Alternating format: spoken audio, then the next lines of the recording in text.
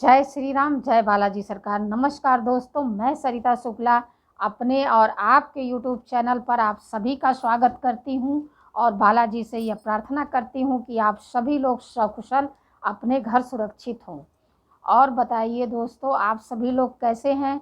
आशा करती हूं कि मज़े में ही होंगे और बालाजी की कृपा आप सभी पर सदैव बनी रहे, यही मेरी उनसे प्रार्थना है।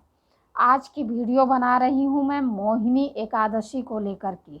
पर वीडियो शुरू करने से पहले सबसे पहले सभी बड़ों को सादर चरण स्पर्श, छोटों को शुभ आशीर्वाद और जो मेरी उम्र के हैं उनको प्रेम भरा नमस्कार। चलिए आते हैं आज की वीडियो पर। एक एकादशी चली गई, अब दूसरी एकादशी आ गई है।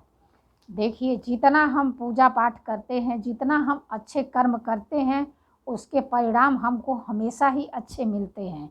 इसलिए जितना हो सके, नहीं ज़्यादा तो थोड़ा ही सही, लेकिन हमको कुछ न कुछ तो अवश्य करते रहना चाहिए। मनुष्य का जीवन बड़े ही मुश्किलों से मिलता है, वो ऐसे ही बीत जाए तो क्या मज़ा है फिर जीने में। कुछ भगवान के लिए थोड़ा ही सही, इतना ही टाइम निकालिए, लेकिन उनके लिए निकालिए अवश्य। और सबसे पहले तो आप सभी से मेरी रिक्वेस्ट है कि ज़्यादा से ज़्यादा लोग मेरी वीडियो को देखिए, लाइक करिए, सब्सक्राइब करिए, शेयर करिए, कमेंट में जय श्री राम अवश्य लिखिए।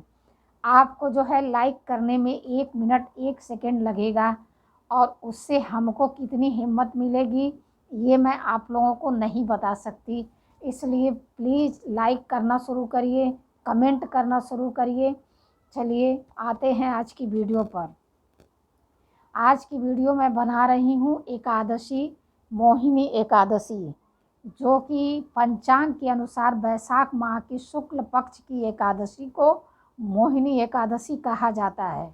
इस बार यह एकादशी जो है 18 मई को शनिवार के दिन, 18 मई शनिवार को सुबह 11:22 से शुरू हो रही है और इसकी समाप्ति हो रही है रविवार को 1:50 पर।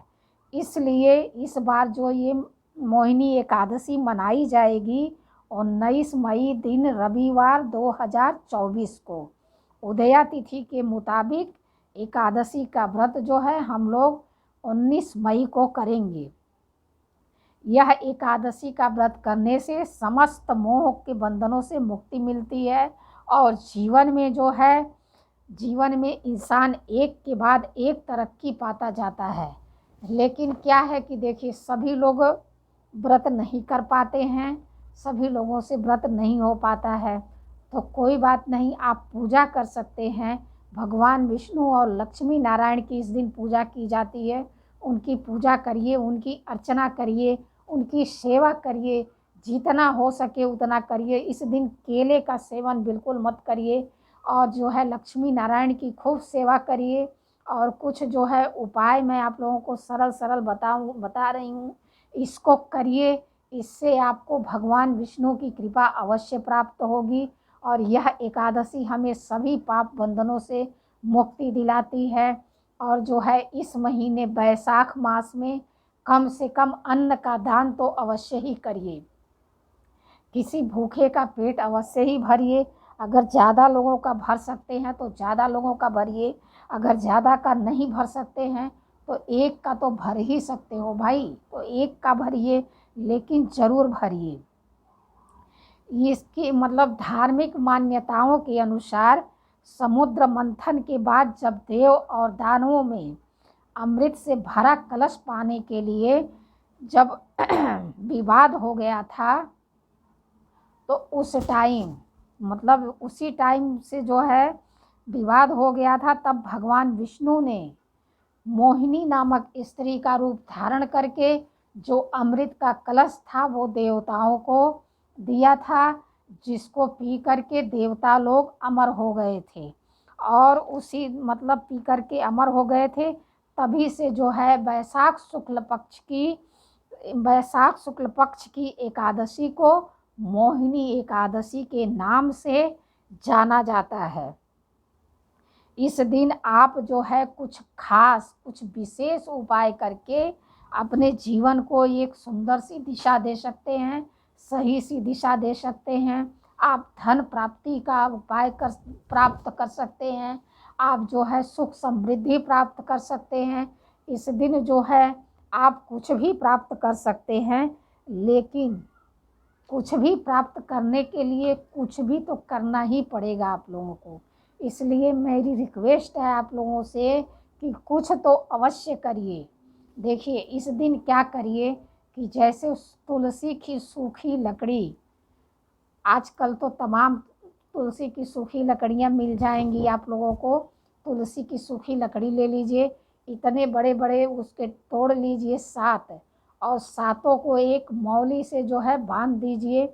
बांध करके और वो एकादशी की शाम को लक्ष्मी नारायण की फ़ोटो के सामने घी का दीपक जला करके रखिए, और घी में ही डुबो करके वो भी जला करके एक दिए में उसको रख दीजिए।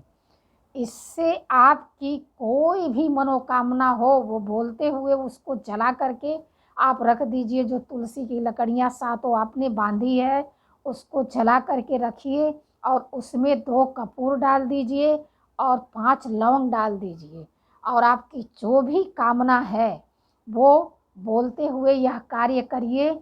आपकी वह कामना अवश्य पूरी होगी, 100% पूरी होगी। बस आपको श्रद्धा के साथ यह उपाय कर लेना है और इसको अवश्य करिए। और इस दिन जो है आप एक काम और कर सकते हैं कि जैसे कि हल्दी, जब सुबह आप स्नान करिए तो अपने जल में चुटकी भर हल्दी अवश्य मिला लीजिए इस दिन। इसका भी आपको बहुत ही विशेष लाभ होगा। और सबसे बड़ा उपाय मैं आपको बता रही हूँ कि अगर आपको कर्ज मान लीजिए हो गया है और आप उसको लेकर के बहुत ही परेशान हैं, समझ में नहीं आ रहा है कि ये कर्ज आप कैसे उतारेंगे, तो उसके लिए आपको जो है मैं एक उपाय बता रही हूँ। इसको आप विशेष करके इस दिन करिए। आप क्या करिए कि एक लोटे में जल ले लीजिए और उसमें थोड़ा सा शक्कर डाल लीजिए, और ले जा कर के वह जल जो है पीपल देव को अर्पण करिए, और उनसे प्रार्थना करिए कि हे पीपल देव, मुझे कर्ज से मुक्ति दिलाइए, और जो है जितना हो सके खूब उनसे प्रार्थना करिए कि मेरे घर में धन धान्य भर दीजिए, मुझे इस कर्ज से मुक्ति दिलाइए। और शाम के टाइम एक घी का चौमुखा दीपक लेकर के जाइए और पीपल देव के नीचे जलाइए उसको, और वहीं बैठ कर के 108 बार ओम नमो भगवते वासुदेवाय नमः, ओम नमो भगवते वासुदेवाय नमः इस मंत्र का जाप करिए। गुरुर् ब्रह्मा गुरुर्विष्णु गुरुर्देवो महेश्वरा, गुरुर् साक्षात परब्रह्मा तस्मै श्री गुरुवे नमः। इसलिए इस दिन उनका जाप करिए, अर्चना करिए, पूजा करिए, और पूरी श्रद्धा से दीनहीन भावना से उनसे मांगिए जो भी मांगना है। देखिए आपको कैसे नहीं प्राप्त होगा।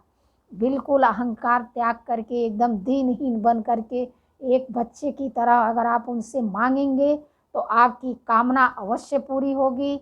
बाकी अगर वीडियो में कोई गलती हो गई हो तो क्षमा करिएगा।